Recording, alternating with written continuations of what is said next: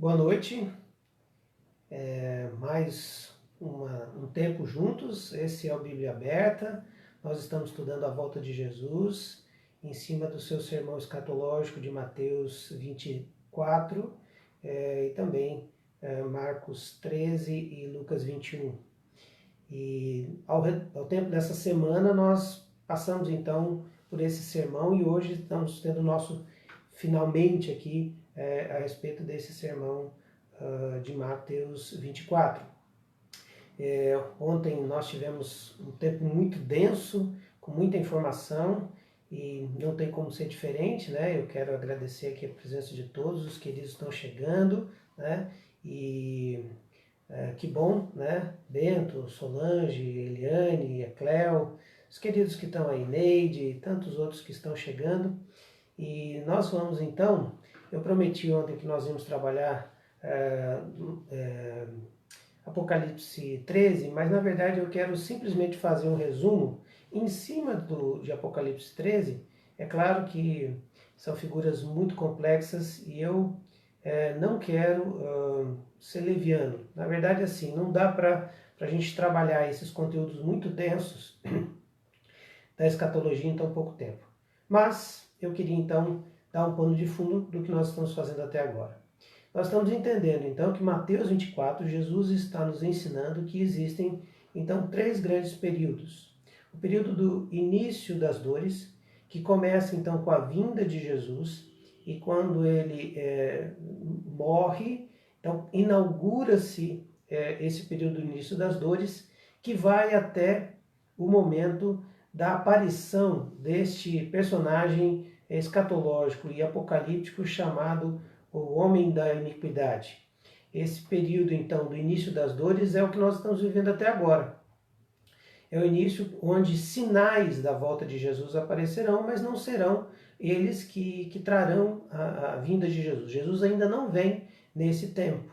Jesus vem somente depois da grande apostasia que vai ser na grande tribulação e a presença, então, do homem da iniquidade, segundo Tessalonicenses 2, 2 Tessalonicenses 2, o capítulo 2.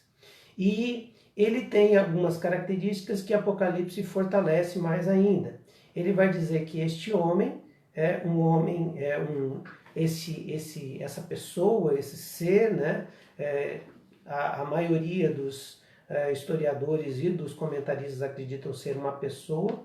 Então ele tem um poder político, ele vai aparecer na história num momento de grande convulsão social e grande dificuldade e vai se apresentar como resposta, uma resposta política para os problemas da humanidade. Então ele vai ter esse poderio dado pelo próprio Satanás. Se você tiver com a sua Bíblia aberta em Apocalipse 13, eu não vou ler os textos, mas eu só vou dizer aqui. Por isso que o versículo 1, 2 e 3 vai ver exatamente isso. Esse poderio político dele, a semelhança desses animais que lembram a gente lá em Daniel 7. Então, por isso, dá para fazer a conexão de que estamos falando do mesmo anticristo, do homem da iniquidade, porque aparecem as mesmas figuras, os mesmos animais ali. Ele vai aparecer com milagres, o próprio milagre é a própria cura dele, ele fala que ele estava meio que morto. As pessoas vão adorar a Satanás e a ele, e essa adoração será uma forma de demonstração de submissão. Ele será contrário a tudo que Deus quer, ou seja, ele é o anticristo, ou seja, contrário a tudo aquilo que Deus faz. Fala blasfêmias, ou seja, ele vai destruir todos os conceitos que Deus estabelece. Os valores de Deus, ele vai ser contrário. E se nós percebemos na história, os anticristos, as instituições, os governos e às vezes as instituições que nós conhecemos, elas vão destruindo o conceito moral, o conceito ético, os valores da família. Né? Nós tivemos recentemente uma grande discussão do gênero, ao ponto de uma desconstrução da ideia de homem e mulher, ao longo da história. Isso não acontece desde agora, para destruir o conceito moral e ético de Deus, para que os valores sejam relativizados, líquidos para que não tenha verdade absoluta. A família já não é mais um conceito tão absoluto assim. O aborto é legalizado em alguns países, inclusive até incentivado. Nós estamos vivendo então tempos de preparo para isso.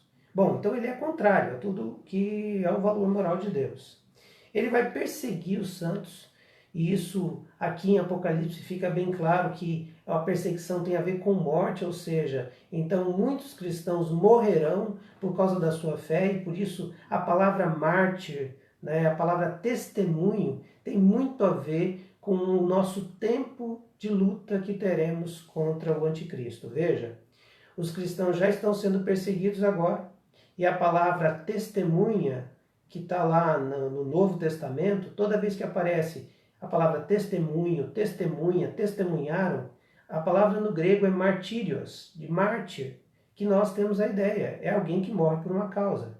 Então nós cristãos, quando recebemos de Jesus, Atos 1:8, que nós seríamos testemunhas, tanto em Jerusalém, quanto em Judéia, Samaria, os confins da terra, Jesus estava dizendo, olha, vocês serão aqueles que me representarão, me proclamarão, pregarão o meu evangelho, e de tal forma que vocês vão talvez perder a sua própria vida por causa disso. Então isso estava no contrato, só que a igreja de Cristo esqueceu desse negócio, tá? E acha que viver com Jesus é resolver os problemas da vida e não ter nenhuma implicação, nenhum sacrifício e nenhum compromisso com isso. Bom, a verdade é que só os não salvos adorarão a esse anticristo, porque lá no Apocalipse o anticristo é chamado da besta que vem do mar.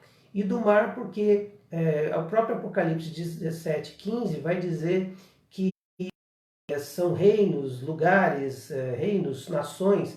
Isso quer dizer, esse anticristo virá das nações. Ele será um líder político que abarcará aí todas as nações. Será um líder mundial. E quem vai adorá-lo, quem vai ter esse sinal aí da besta tão dito e tão falado, são aqueles que exatamente aceitarão todas as regras que o anticristo vai estabelecer, porque eles estão preocupados em resolver o problema financeiro deles, o problema, qualquer problema que ele venha a ter, o homem está sendo preparado para não sofrer por causa dos seus valores. Nós estamos sendo preparados para não ter mais nem ética, nem valor, isso é tudo relativo. Então, isso tudo é preparado para um dia os cristãos falarem assim, mas eu tenho que passar necessidade, puxa, mas eu tenho que sacrificar a minha família, poxa, mas eu tenho que passar algum tipo de sofrimento. Não sei se isso é de Deus. Eu acho que Deus quer o melhor para nós. Deus quer nosso bem. Então eu acho que este líder é de Deus, porque ele está nos propondo paz e prosperidade. E nós não somos, a Igreja de Cristo não foi talhada para viver em comodidades e facilidades, queridos. Se você olhar a história, desde o começo da Igreja de Cristo, ela só cresce e só se fortalece e só tem valores arraigados nela por causa das nossas perseguições. E as perseguições provam o quanto nós amamos o nosso Jesus. Bom, estou te assustando? Pois é, querido, mas eu não tenho outra coisa a lhe dizer. Por isso que quem vai ter o sinal da besta, quem vai então se render a ela e não se prive a ficar pensando em chip, em número na testa ou coisa marcada, não é nesse sentido.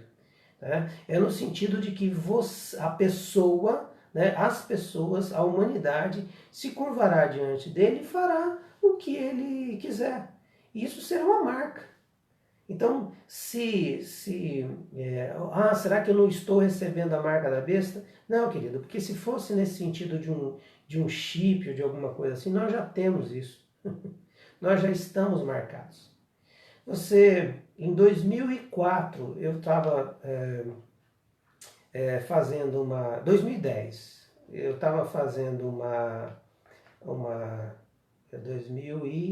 10 anos de casado, 2016. Não, 2006, olha só, eu estou perdendo as datas. 2006 eu estava num lugar com a Cris e lá no Espírito Santo, nós estávamos lá no Espírito Santo.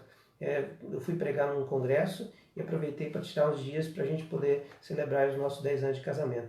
Sabe o que aconteceu? Ela estava fazendo uma compra, fez uma pequena compra, de repente o cartão tocou meu celular. E eu nem sabia, nem fazia ideia. E então a operadora do meu cartão dizendo assim, senhor Jacques, senhor Jacques? Sim, sou eu.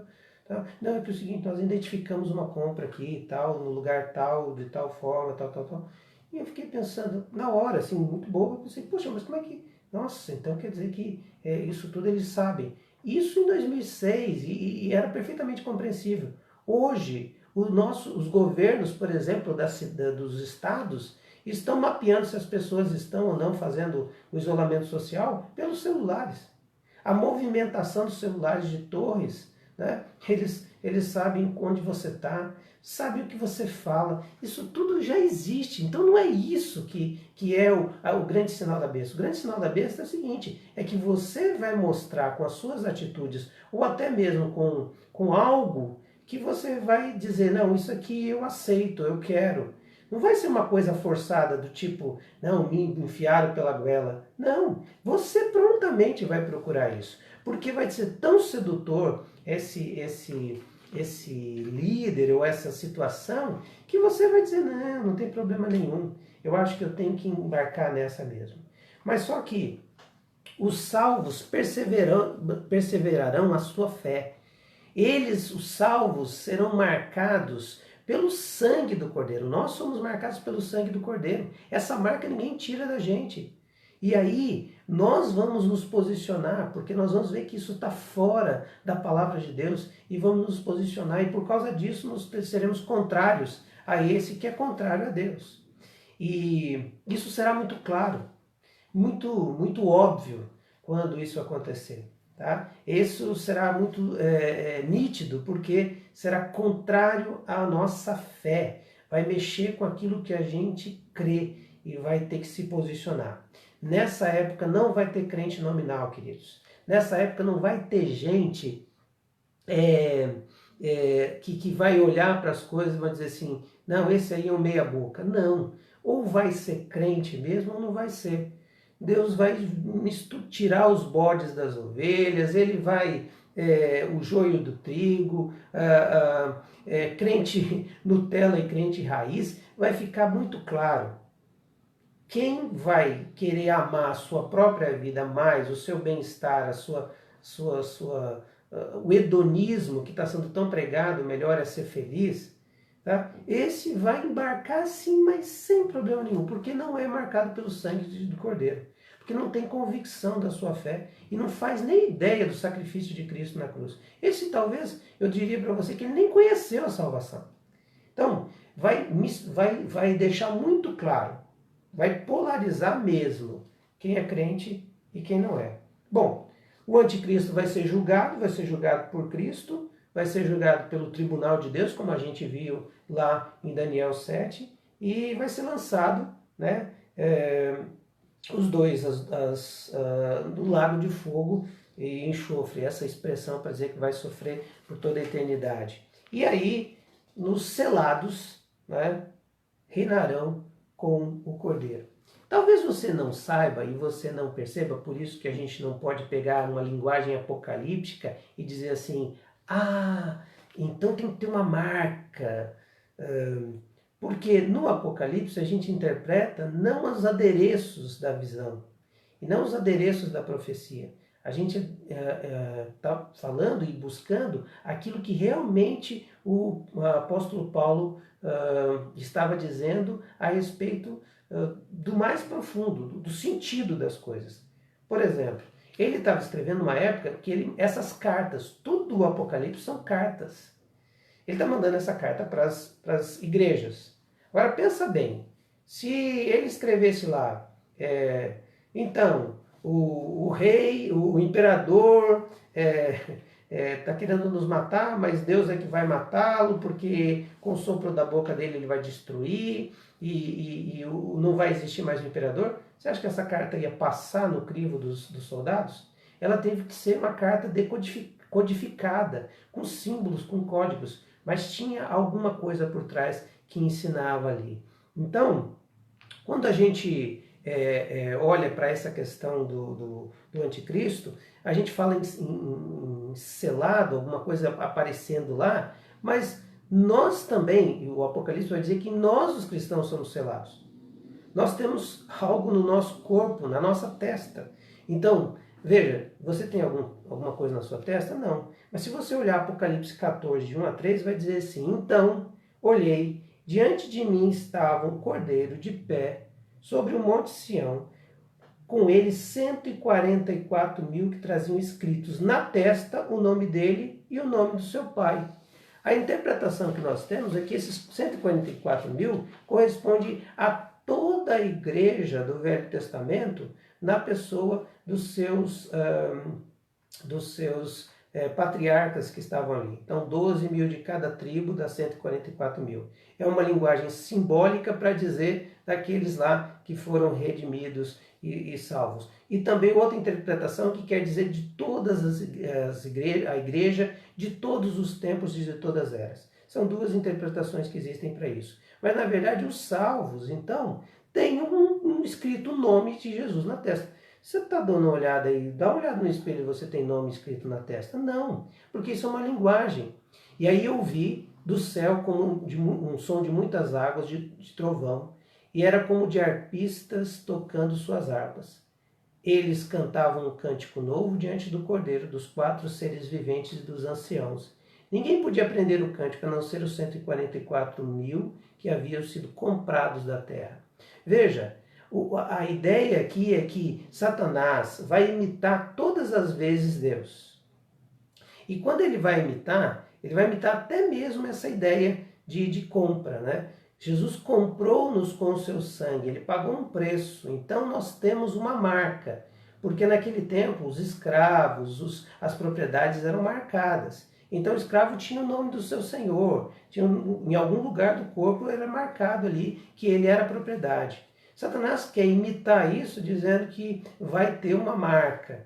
E aí você vai procurar um monte de explicações. A Áurea está até dizendo aqui uma delas, né? Que é essa ideia de que 666 é um número de natureza humana, tal, e tem a gerimatria, que quer dizer cada nome, cada número, cada letra do alfabeto hebraico tinha um número, e aí eles fazem a conta, vai encontrar um monte de coisa, mas não é isso. Não é isso que a gente deve se preocupar, porque nós não vamos ter uma coisa física em nós. Não é isso. Nós seremos marcados pela nossa decisão de quem nós vamos servir. Se nós servirmos a Jesus, nós somos marcados pelo sangue do Cordeiro, somos selados pelo Espírito. Se nós não entendemos a nossa salvação, nós desdenhamos, apostatamos da fé, deixamos a fé de lado, será marcado pelas nossas atitudes e as nossas posturas frente a esse Senhor. E aí, se tiver que ter cartão de crédito, a gente vai ter cartão de crédito. Se é um chip na mão, a gente teria o chip na mão, porque, na verdade, a gente já marcou no nosso coração e na nossa mente que nós servimos a Ele e somos submissos ao que Ele fala. Em resumo, queridos, para a gente ir para o outro ponto. Não queira dar nome a esse personagem. Primeira coisa. Tá? Muitos na história disseram que era o fulano, que era o ciclano, que era o beltrano. Na minha época era o Gorbachev, da antiga União Soviética. E diziam que ele tinha, porque ele tinha uma marca de sangue, que era tipo um mapa na testa, diz que era aquela marca da besta. Tá? O Papa já foi considerado o anticristo. Né? Inclusive nas confissões dos presbiterianos, tá lá dizendo que o Papa é o anticristo. Isso são conceitos. E por que dizem que o Papa é anticristo? Porque na mitra dele está escrito Vicarius Filius Dei, que quer dizer vigário do Filho de Deus. Vigário você sabe que é substituto. Então, e também pegando as letras em latim e fazendo a gerimatria, que é essa transferência dos números, dá 666. Mas, gente, ele não é, porque o que aconteceu o Papa da época já morreu e outro já apareceu e vão surgindo e vão surgindo. o anticristo será um líder tão poderoso e tão político que vai unir o mundo. Bom, segundo, não tenha medo desse personagem e das suas ações. Sabe por quê? Porque o Senhor, que é maior que ele, venceu a ele, vai vencê-lo lá no momento correto, que é Jesus, está conosco. Ele é o vencedor e nós somos os que vamos estar com ele. Segundo, Jesus venceu, já venceu, né? E vai dar as forças para a gente resisti-lo e vencê-lo. O que diz lá em Apocalipse 12 é assim: então ouvi uma forte voz do céu, agora veio a salvação, o poder, o reino do nosso Deus e a autoridade do seu Cristo. Pois foi lançado fora o acusador dos nossos irmãos, que acusava diante do nosso Deus dia e noite. Eles o venceram pelo sangue do Cordeiro e pela palavra do testemunho que deram diante da morte, não amaram a sua própria vida. Nós vamos vencer, isso, esse homem da iniquidade, no momento em que nós tivermos duas coisas que nós já temos: o sangue de Cristo e a palavra do testemunho. Ou seja, nós sabemos quem ele é, então nós vamos testemunhar dele onde nós estivermos. Nós não podemos negar aquilo que vimos e ouvimos. Foi o que os discípulos disseram quando falaram assim: vocês têm que negar Jesus. Vocês têm que negar Jesus. Porque vocês têm que negar Jesus, porque senão vocês vão morrer. Nós não podemos negar aquilo que vimos e ouvimos. Ou seja, nós não podemos negar aquilo que fomos testemunhas. Então nós temos o testemunho da verdade em nós. Nós sabemos quem é Jesus, sabemos que é o Salvador. Então não tenha medo desse personagem, porque ele é um derrotado na história. Segundo, terceiro, não tenha medo do sinal desse personagem. Tá? Não, porque só quem vai ter o sinal desse personagem é quem negar Jesus. Quem negar Jesus vai estar, então, se colocando à disposição deste enganador. Então, não é fácil. Eu vi que a Vera Lúcia colocou complexo, Deus nos dê sabedoria. É simples, não é fácil para entender, mas é simples. Vera e queridos, continuem servindo. Parece que caiu aqui. Deixa eu... Vocês estão me vendo? Estão me vendo aí, queridos? Só me dá um okzinho aí, para eu saber. Tá tudo ok? Só... Ok? Tudo bem? Ah, tá. Então tá bom. Vamos continuar então. Eu estava falando aqui que é complexo? É complexo. Mas é simples. É só manter a sua vida servindo ao Senhor. É só continuar amando a Jesus. Não tem dúvida disso. Por causa desse amor, porque dando a certeza que a gente tem da nossa salvação. Algumas coisas nós não vamos entender. E eu tenho só uma coisa para te dizer. Você não vai ter dúvida que o anticristo está agindo. Você não vai ter dúvida porque você será questionado a respeito da sua fé o tempo todo. Sempre, sempre. Então esse vai ser o sinal. E por último, pregue o evangelho. Porque é isso que é ser mártir, que é ser testemunha. Olha lá, Atos 1:8, Jesus vai dizer: sejam minhas testemunhas tanto em Jerusalém, quanto em Judéia, Samaria e os confins da terra. Então, é muito mais saber da nossa convicção de fé, de quem realmente nós cremos, que nós amamos a Jesus mesmo se tiver com problema, e angustiado, e não deu certo o que a gente imaginava, mostra que você é de Jesus, que você realmente tem uma fé firmada em Jesus. Mostra que você não veio para Jesus por causa dos benefícios que Jesus poderia te dar. Isso não é um clube. Você veio para Jesus porque você reconhece que é pecador e que sem ele você estaria no inferno. E por causa disso, você reconhece que é pecador e ele te perdoa, te resgata, te traz para dentro do aprisco e ali ele protege você. Nós estamos protegidos por Jesus Cristo. Mas não quer dizer que nós não vamos passar por sofrimento e tribulação. Esse é o grande problema. do povo evangélico. Eles acham que Jesus não vai permitir que a gente passe por algum tipo de dificuldade. Esse triunfalismo não existe no Evangelho.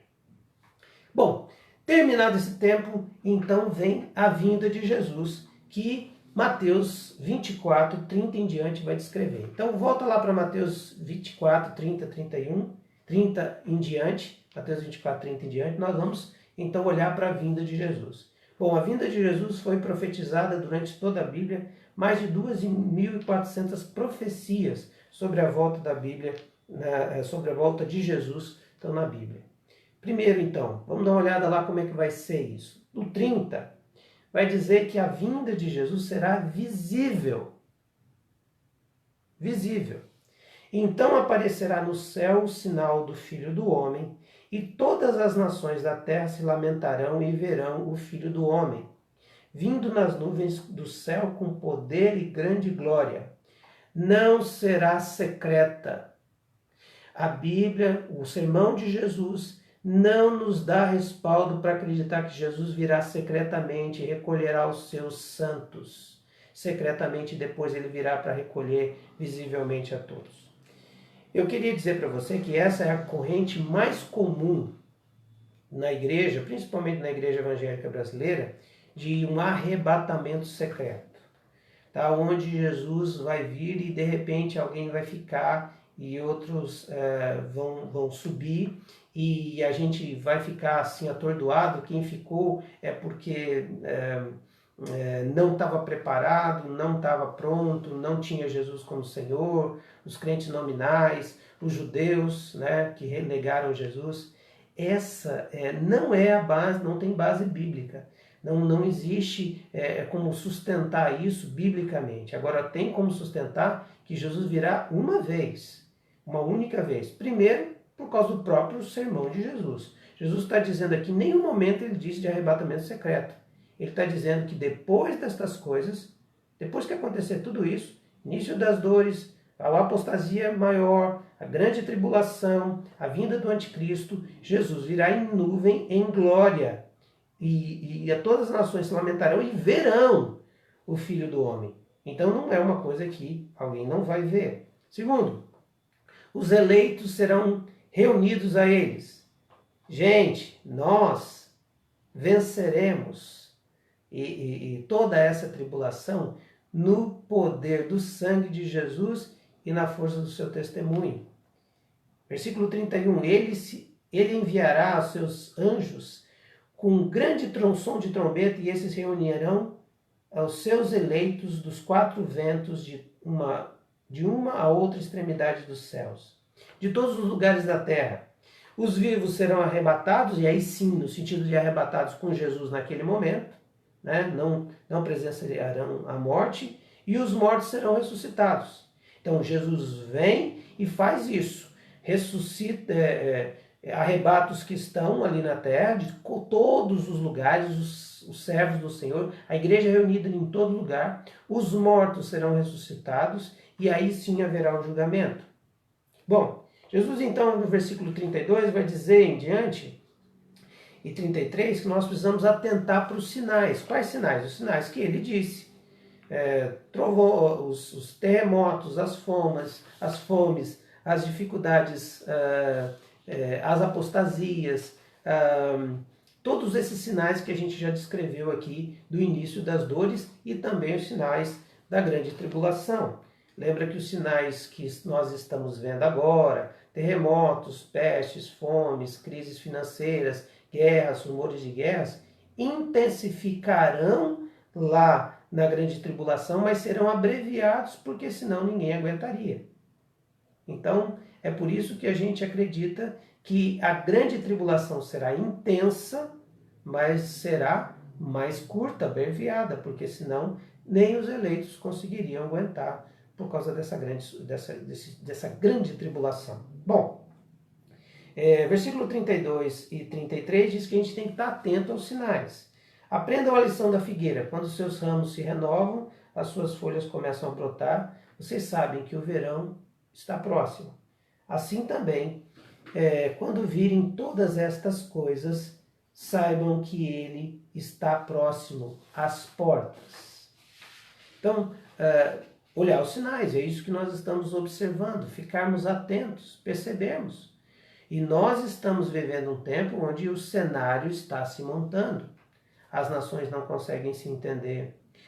Uma pandemia consegue, como o vírus, consegue desestruturar a economia de países fortíssimos.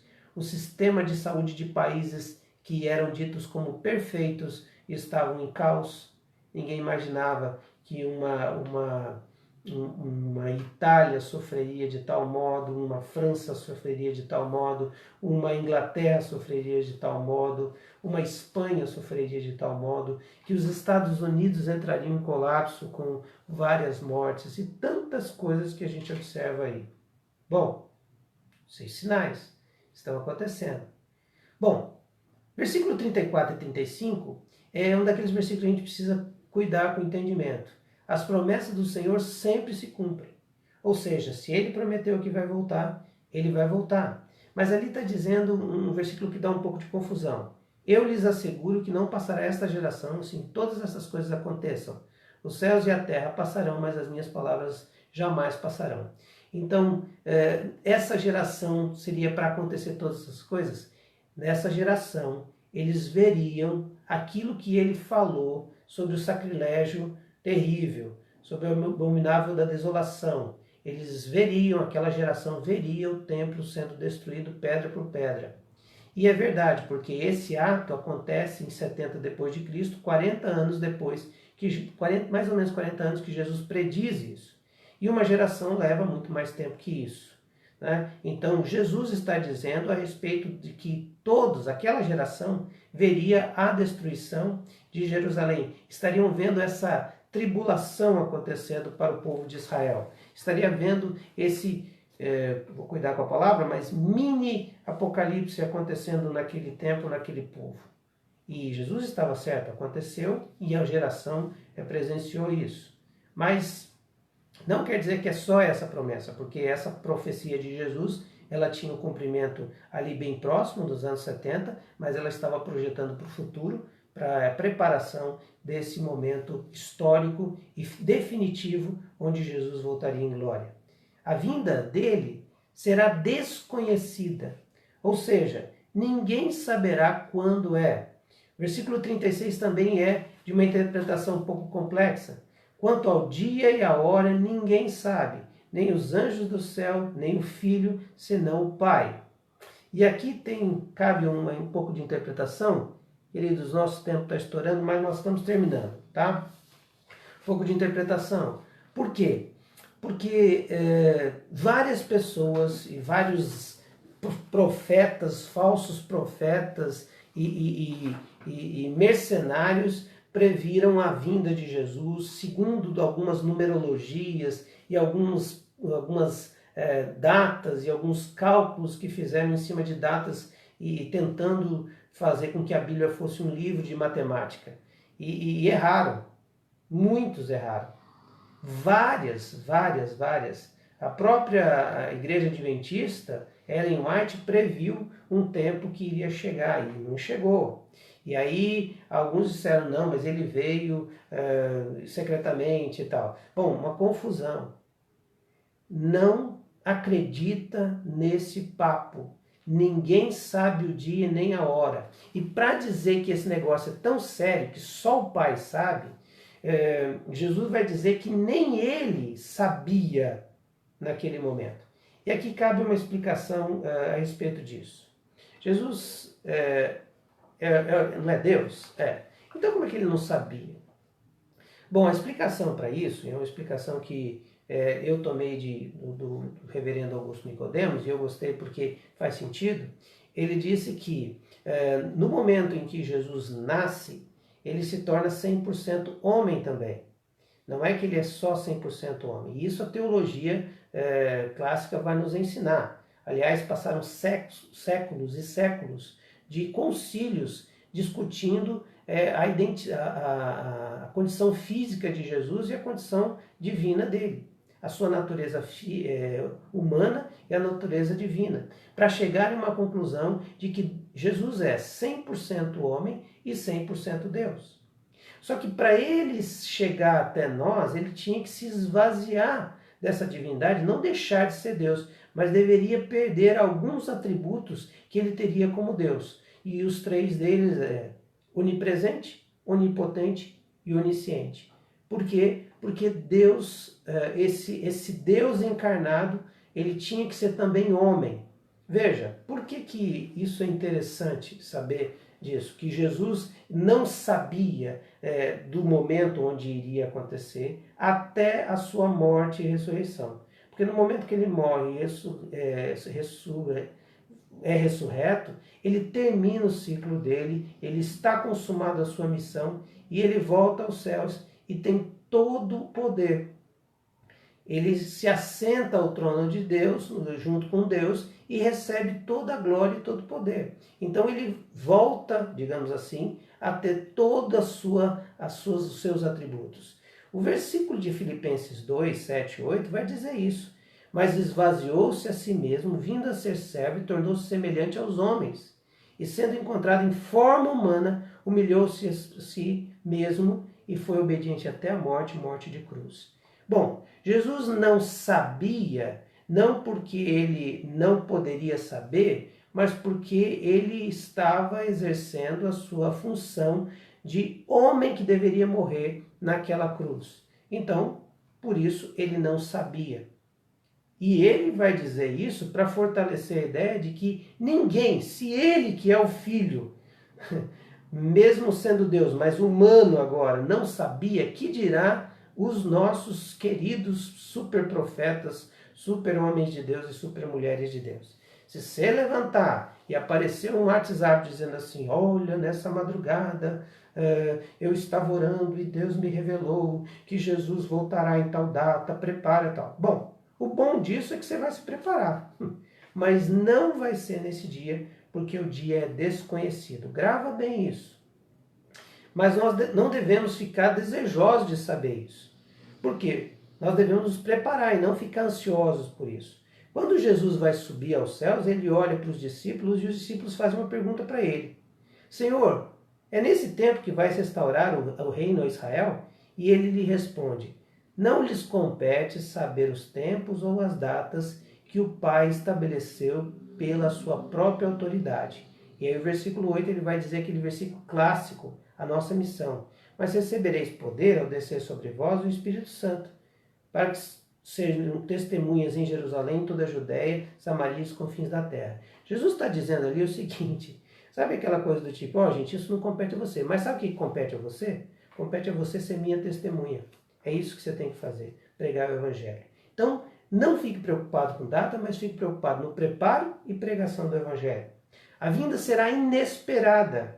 Versículo 37 a 39 mostra que Jesus vai falar que nos tempos de Noé, o pessoal estava assim, o povo estava comendo, bebendo, casando, dando em casamento, eles não perceberam, e assim como eles não perceberam, o dilúvio veio, e não foi por falta de aviso, Noé estava pregando todo o tempo, eles não perceberam porque eles não discerniram a mensagem que estava sendo pregada, e viviam sem preocupação, e viviam uma vida corriqueira, sem se preocupar com Deus e com a mensagem que estava sendo pregada. Bom, muitas pessoas vão viver assim, vão viver despreocupadas e achando que vai dar tempo para a gente resolver as coisas. Vai ser inesperada, ninguém vai saber a hora.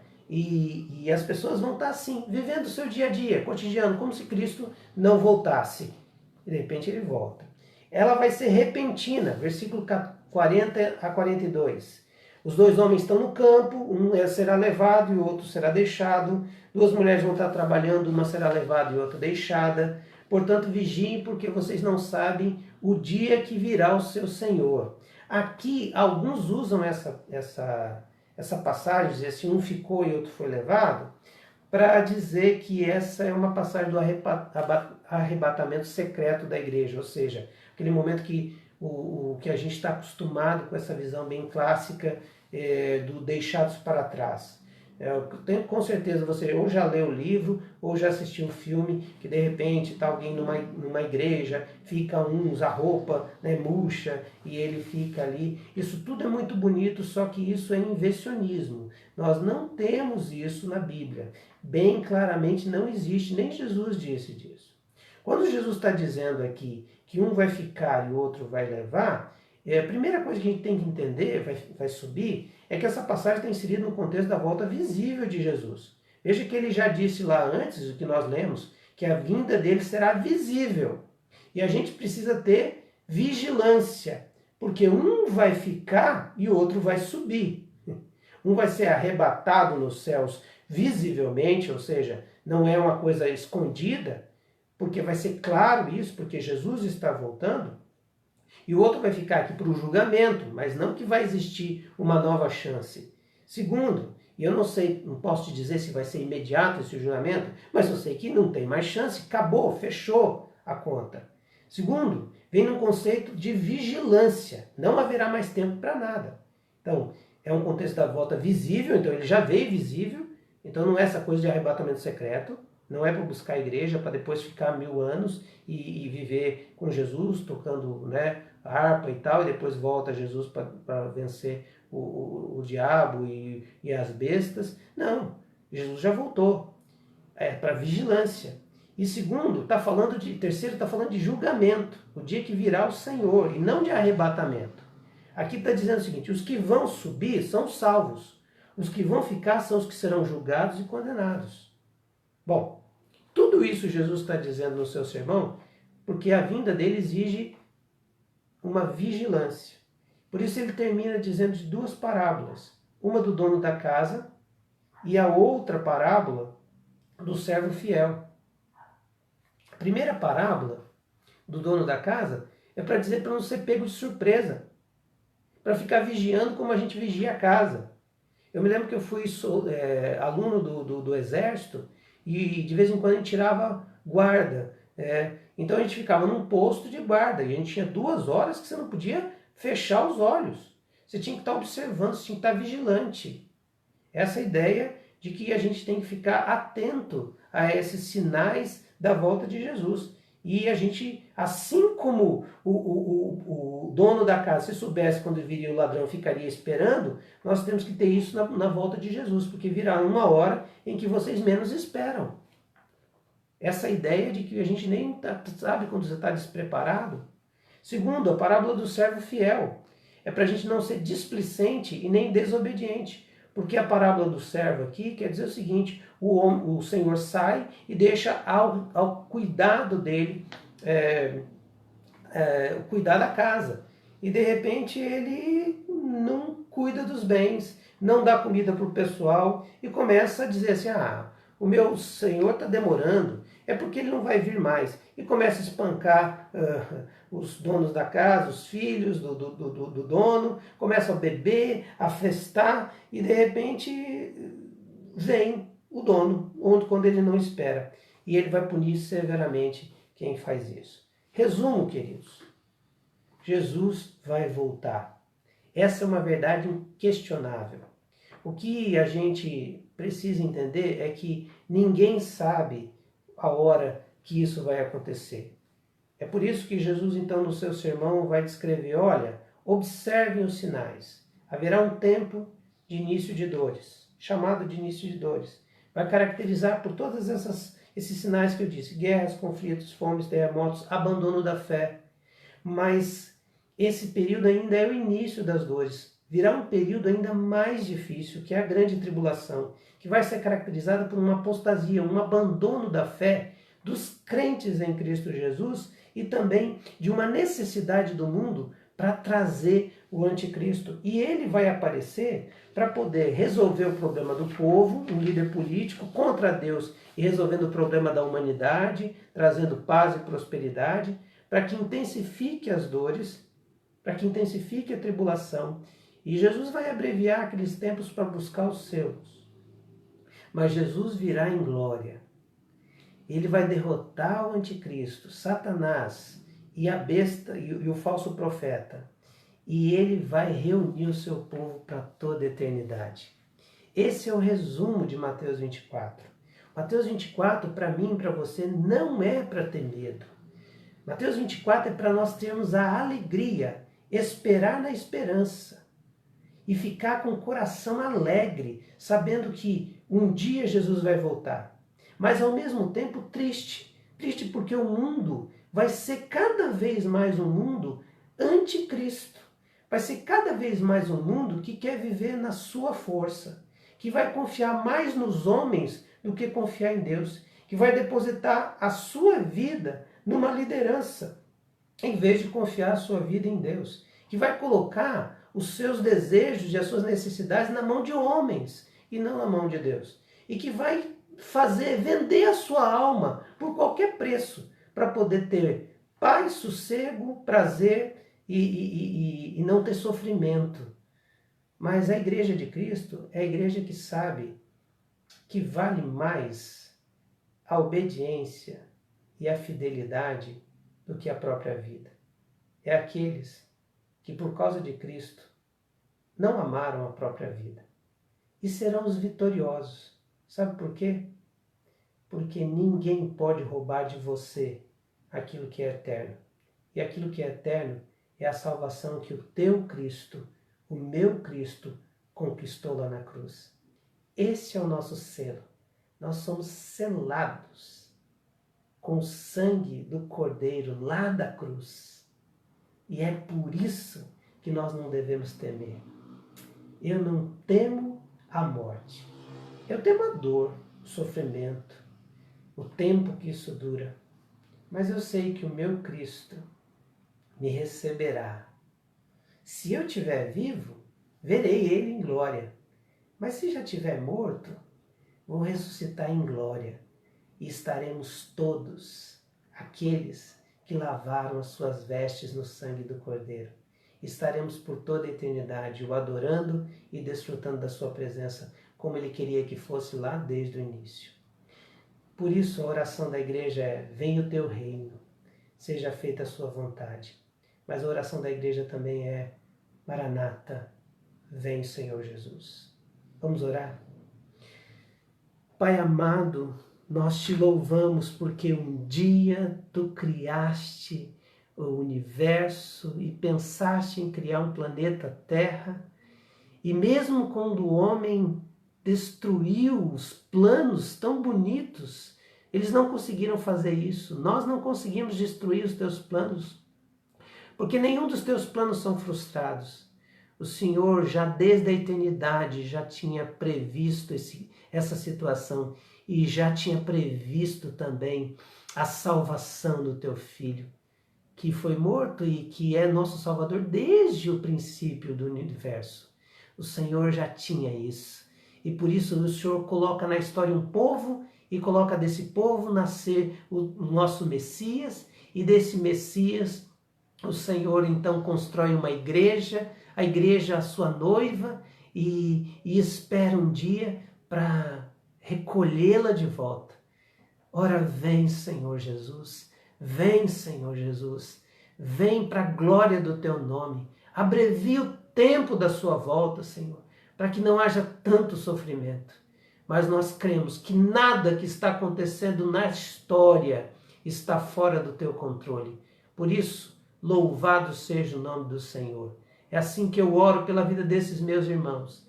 Se tem alguém aqui me ouvindo, Senhor, que não tem certeza da sua salvação, que ainda não reconheceu Jesus Cristo como Senhor e Salvador, que ainda está desapercebido do tempo que está vivendo, Senhor, que nessa noite seja noite de arrependimento, confissão, entrega do seu coração a Jesus, e que o Senhor possa entrar nessa vida, tomar conta dessa vida, para que a partir desse momento ele viva contigo e seja selado pelo teu Espírito Santo até um dia na sua glória. Senhor, desperta a tua igreja, desperta o teu povo a viver em vigilância, mas em pregação da palavra, para sermos as verdadeiras testemunhas que estarão diante do Senhor e que não se curvarão a nenhum homem e nenhuma lei e nenhuma regra, a não ser o nome do Senhor Jesus. É assim que oramos Enche-nos de convicção, coragem, ousadia e a certeza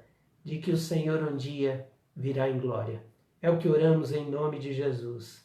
Amém. Amém.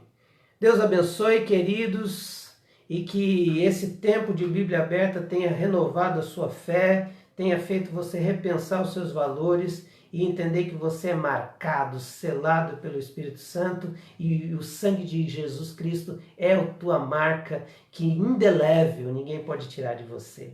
E que você viva assim, né? Com a alegria e com a certeza de que a história tem um dono, a história tem um Senhor, chama-se Jesus Cristo. Que Deus abençoe e semana que vem nós vamos entrar com outro tema. Ainda temos com a pandemia, estamos aí com outro tema e vamos conversando sobre isso. Mas continuamos tendo todas as manhãs os salmos, tá? Então amanhã teremos aí às 7 horas orando com salmos. Deus abençoe em nome de Jesus.